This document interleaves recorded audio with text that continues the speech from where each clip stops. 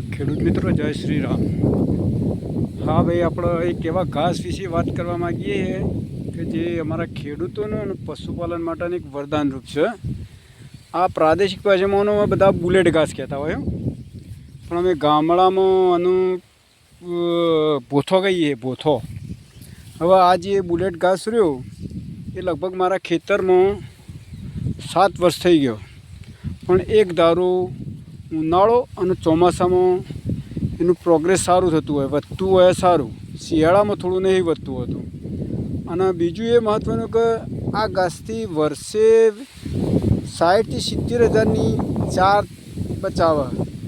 Emergency જ્યારે પર જરૂર હોય એટલે આ આવી જાય ખેતરમાં, ફટ દઈને વાઢો એટલે ઘણી વારમાં તો ભારો થઈ જાય। આ બુલેટ ઘાસ જે ભોથો કહેવાય દેશી ભાષામાં, એ બહુ જ સારું હોય અને લોકોનું